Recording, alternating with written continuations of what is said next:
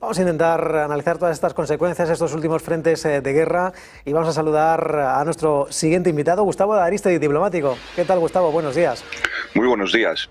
Bueno, por cierto, que hoy conocíamos la noticia de, dice Rusia, que ha frustrado un plan de Ucrania y Reino Unido, un plan del Ministerio de Defensa ucraniano con los servicios secretos británicos para secuestrar un caza MiG-31, pues una vieja gloria rusa, con el misil hipersónico Kinzhal. Lo cierto es que continúan esas tensiones nucleares entre Rusia y Estados Unidos, y también el frente de batalla con esa guerra de desgaste para pues seguir atacando infraestructuras energéticas clave ahora que se acerca el invierno en Ucrania. ¿Qué lectura haces de la situación? Bueno, esto solamente es una cuestión, si me permites que lo diga, una crónica de una acción de guerra perfectamente lógica y hasta cierto punto previsible. No hay, en mi opinión, ningún país que no se enfrente al riesgo de una tecnología más avanzada en el ámbito militar, como son los misiles hipersónicos respecto a Ucrania o al resto de Occidente, que no intente hacerse con la tecnología para poder desarrollar sistemas antimisiles capaces de pararlos. Como hemos dicho ya en estas mismas cámaras más de una vez, cuando Rusia tiene misiles hipersónicos que van desde Mach 7 a Mach 20, no olvidemos que, como hemos dicho más de una vez aquí, un misil hipersónico ruso puede salir de cualquiera de sus bases en la parte occidental de Rusia y llegar a España en 4 minutos. Esa es la realidad a la que nos enfrentamos. Y esa tecnología no la tiene Occidente, por lo tanto es perfectamente lógico que intente hacerse con ella y que intente entenderla.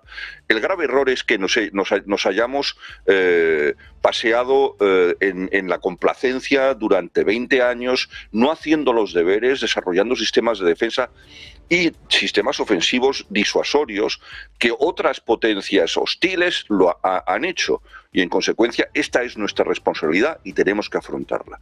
Por otra parte, no olvidemos que estamos en las fases finales de aquel plazo que se dio Rusia y que se lo comunicó en un documento secreto revelado por algunos medios occidentales, entre otros nosotros mismos, Negocios Televisión, cuando se supo que el FSB había comunicado, había sugerido al presidente Putin que no aceptase ningún tipo de tregua, alto el fuego o acuerdo potencial con Ucrania antes de enero del año 26. Estamos ya a la vuelta de la esquina de esa fecha. No olvidemos que, en efecto, quizá Rusia ha estado arrastrando los pies, jugando al gato y al ratón con Occidente y con Estados Unidos, pero se le ha acabado la paciencia tanto a Occidente como a Estados Unidos. Estamos viendo como, por ejemplo, Alemania está desarrollando sistemas de misiles muy importantes y que ha dado permiso, por cierto, a Ucrania a utilizar los misiles de medio y largo alcance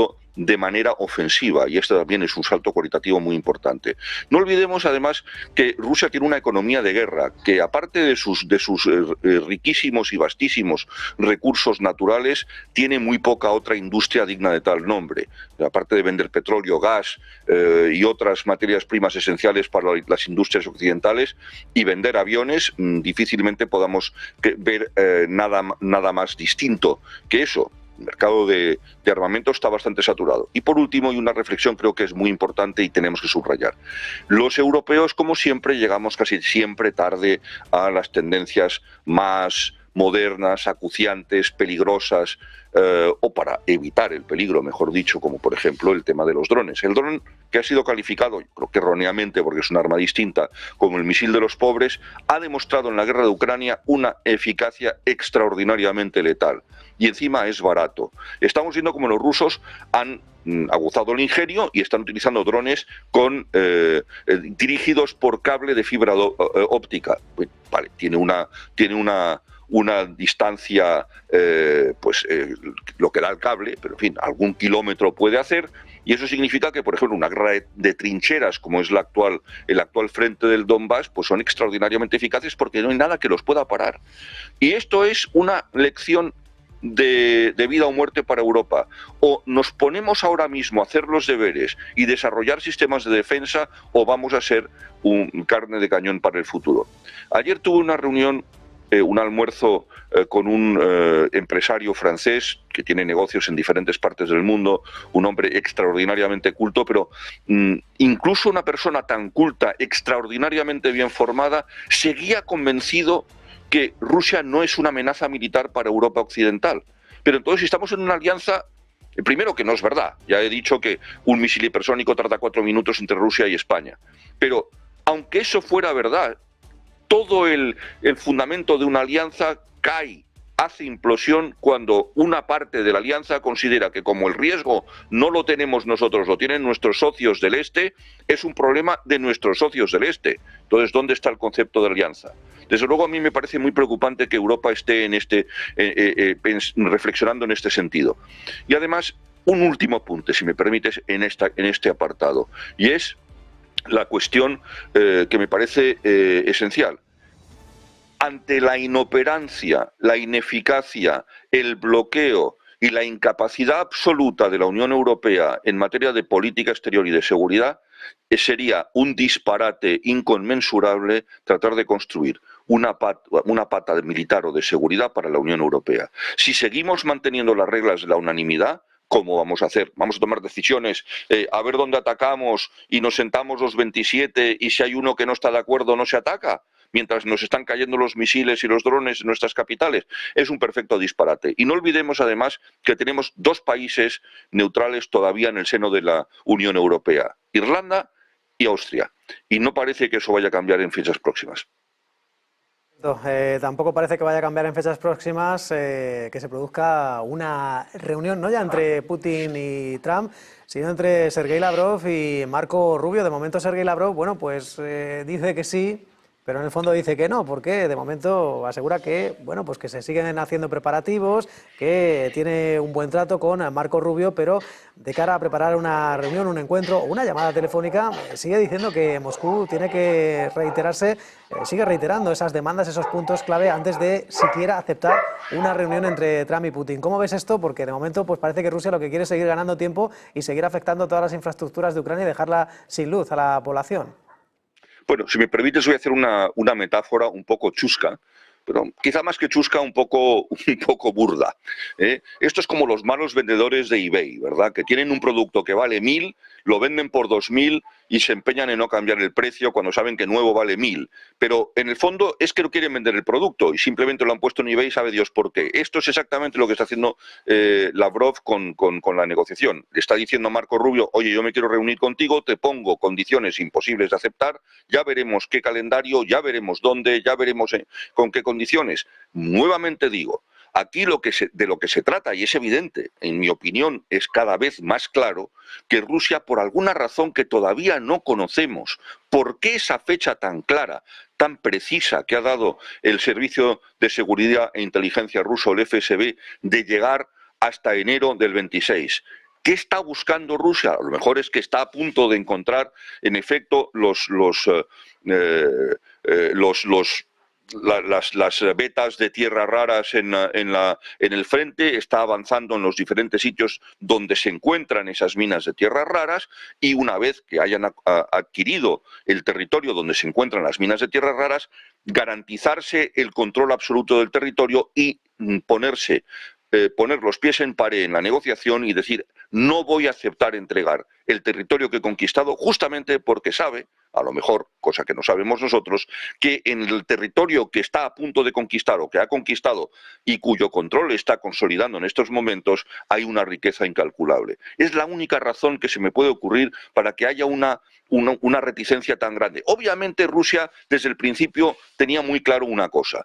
Todo el territorio conquistado ilegalmente desde el 2014 hasta nuestras fechas no lo iba a entregar y no iba a aceptar siquiera que formase parte del paquete negociador entre Ucrania y Rusia. Y el hecho de que Putin diga, bueno, yo me reúno con Trump en Hungría, vale, es la Unión Europea y es la OTAN, pero es el único amigo, o bueno, el mejor amigo, porque ahora ya tiene también en Chequia y en Eslovaquia algunos amigos bastante buenos. Es curioso, ¿verdad?, que los antiguos socios y hoy separados de la antigua República Checoslovaca sean, junto con los húngaros, los que mejor se llevan con Putin. Pues bien, volviendo al tema, obviamente, cuando le está imponiendo Putin que la única reunión que él acepta con Zelensky es en Moscú, es como decirle no nos vamos a reunir. Volvemos a lo del mal vendedor de eBay. Por cierto, el plan de Trump, bueno, no digo que lo haya elaborado en Wallapop, pero bueno, lo cierto es que no sé si ha fracasado el plan de paz para Gaza, porque, vamos a recordarlo, hay frentes en Líbano, también están los rebeldes hutíes en Yemen prometiendo, bueno, pues mantenerse fieles a las posiciones de Hamas, y además hay 200 milicianos en túneles en Rafah que se niegan a entregar las armas. ¿Ha fracasado el plan de Trump en Gaza? No lo creo. Es verdad que tienes toda la razón de preguntarte, hacerte la pregunta retórica que acabas de hacer, porque es la labor que tenemos que hacer todos los analistas, y tú eres uno muy reputado. Es decir, ¿por qué tenemos estos obstáculos en el camino? Primero, no olvidemos que Hezbollah es una fuerza fantásticamente entrenada, extraordinariamente armada y cruelísima, violentísima y sin el más mínimo escrúpulo. Ha sido muy duramente golpeada por los servicios de inteligencia israelíes, con el famoso tema de los buscas, con la eliminación de casi toda su cúpula dirigente, y que tiene una capacidad operativa muy mermada. Pero no quiere decir que no la tenga. Y por lo tanto, cuando la inteligencia militar o la inteligencia general israelí descubre algún tipo de amenaza, pues obviamente es perfectamente, en mi opinión, legítimo que ataque esos objetivos. Segunda cuestión, los hutis. Los hutis, en los diferentes ataques, tanto israelíes como estadounidenses, y esto lleva ocurriendo no ya meses, sino años. Y no olvidemos que esto cayó el asesor de seguridad nacional justamente porque estaba comentando en un grupo de Signal los objetivos que la Armada estadounidense, la Navy, iba a sacudir en horas posteriores a la conversación que tuvo, y le costó el puesto, como sabemos muy bien, aunque hoy sea el embajador de los Estados Unidos ante las Naciones Unidas. Bien, pues los hutíes están también muy afectados. Es verdad que en estos meses de silencio, Irán, que es un país que no lo olvidemos, es un país gamberro, como dices, es un rogue state, pero sobre todo es un Estado que practica, promueve, financia, arma, bendice el terrorismo. Irán es una gran amenaza para la región. Irán es una amenaza para el Golfo, es una amenaza para Oriente Medio, es una amenaza para Oriente Próximo y es una amenaza para el mundo. Siempre se nos olvida que ha tenido capacidad para cometer atentados bestiales, 2 en Buenos Aires, con centenares de muertos en un caso y decenas en otro, en diferentes partes de África e incluso en España. Siempre se nos olvida el atentado del Bar El Descanso en el año 85, donde murieron 30 y tantos españoles. Bien, pues Irán lleva, desde que se acabó la ofensiva en contra de sus capacidades nucleares, primero tratando de reconstruir sus capacidades nucleares, segundo, tratando de reconstruir su capacidad de construcción de vectores, de misiles de diferente tipo, ya sea hipersónicos, balísticos o de crucero, y lleva tratando de reconstruir sus canales y su comunicación con sus diferentes proxies. No olvidemos que la implosión del régimen de Bashar al-Assad fue un golpe extraordinariamente duro contra Irán. Yo he vivido 5 años en el Líbano, conozco muy bien Siria. Te puedo decir que si no hay un régimen proiraní en Siria, es mucho más complicado armar y financiar a Hezbollah. Es mucho más complicado hacer algún tipo de amenaza creíble contra el Estado de Israel. Es muchísimo más difícil poder generar inestabilidad y violencia o terrorismo en el Líbano. Y en este momento además hay una resolución muy clara del Parlamento, apoyada por los Estados Unidos, el Parlamento libanés, apoyada por los Estados Unidos y buena parte de Occidente, para apoyar al nuevo presidente Youssef Aoun, que me parece un hombre muy serio, a diferencia de Michel Aoun, su predecesor, nada tiene que ver, aunque tengan el mismo nombre, y es de desarmar a Hezbollah, que es una milicia terrorista. Y eso es lo que está intentando evitar tanto Irán como, obviamente, la propia Hezbollah. Y por último, el que existan disidentes o rebeldes en el seno de Hamas era algo que nos esperábamos. El que solo sean 200 es que me resulta casi sorprendente. No olvidemos que antes de la guerra calculábamos que Hamás tenía 30.000 efectivos terroristas. Si de esos 30.000, bueno, aparte de los que hayan sido eliminados, y me vas a permitir que lo diga, y es un alivio para el mundo entero en que terroristas sean eliminados, y ahora voy a hacer un comentario respecto de la valoración que hacía la señora Kallas el otro día sobre los ataques contra el narcoterrorismo en el Caribe y en el Pacífico, que me parece un perfecto disparate y una irresponsabilidad digna de mejor atención. Bien, si son solo 200, me parece casi milagroso. Y no creo que la dirección de Hamás, en la que hay una tensión evidente entre la parte política, si se puede llamar así, del grupo terrorista y la parte terrorista, o si se quiere operativa del grupo terrorista, que también era de prever. Yo creo que esto va a ser una tensión menor. En este momento, además, tiene Hamás un temor extraordinario, porque a pesar de lo que nos han querido vender, que eran un movimiento popular y que los palestinos, en el fondo, todos esto son pro Hamás, nada de esto es verdad. En este momento hay una indignación creciente en la Franja de Gaza en contra de la organización terrorista. Hay milicias organizadas, muchos de ellos, no olvidemos, son grupos mafiosos, lamentablemente ayudados, armados e impulsados por los servicios de inteligencia interior y el propio gobierno de Netanyahu, que lo reconoció incluso públicamente. Y eso es, en mi opinión, un gran error. Ya se hizo eso en el año 87 con la propia Hamás y ya hemos visto cuál es el resultado. No se puede utilizar a un grupo terrorista para luchar contra un grupo terrorista, porque estás creando el próximo problema que vas a tener en el futuro, y es un disparate. Ahora, lo que no se puede hacer desde Occidente es ponerle límites a quien lucha contra el terrorismo. Y esto también es una cuestión semántica, y la semántica en política es muy importante.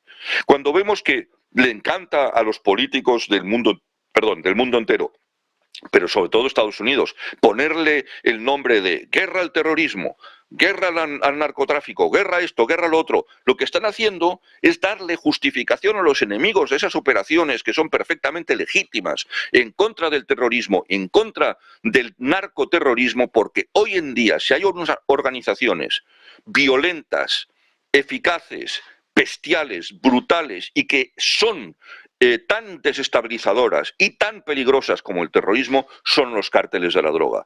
Y decir que el presidente de los Estados Unidos tiene que pedir autorización al Congreso para poder realizar esta guerra contra el narcoterrorismo es un disparate. El exigir el cumplimiento del derecho internacional por parte de la señora Kallas a Estados Unidos para evitar los ataques en alta mar, contra las narcolanchas, es primero desconocer el derecho internacional, segundo es un buenismo verdaderamente irresponsable y es una indignidad de quien se dice un aliado de Estados Unidos.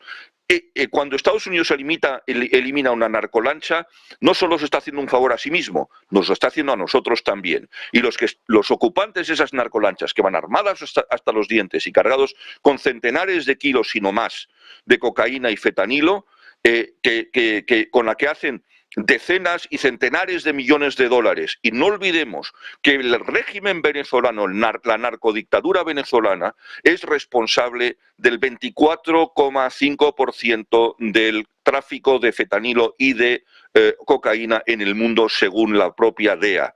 Esto es un hecho.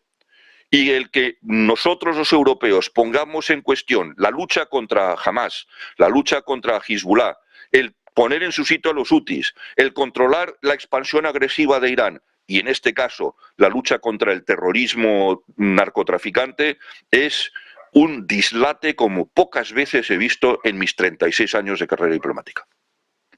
Gustavo D'Aristi, diplomático, gracias por brindarnos toda esa sapiencia que dan los años. Buen día y lo dicho, un placer, muchas gracias. Un abrazo muy fuerte para vosotros, gracias a ti.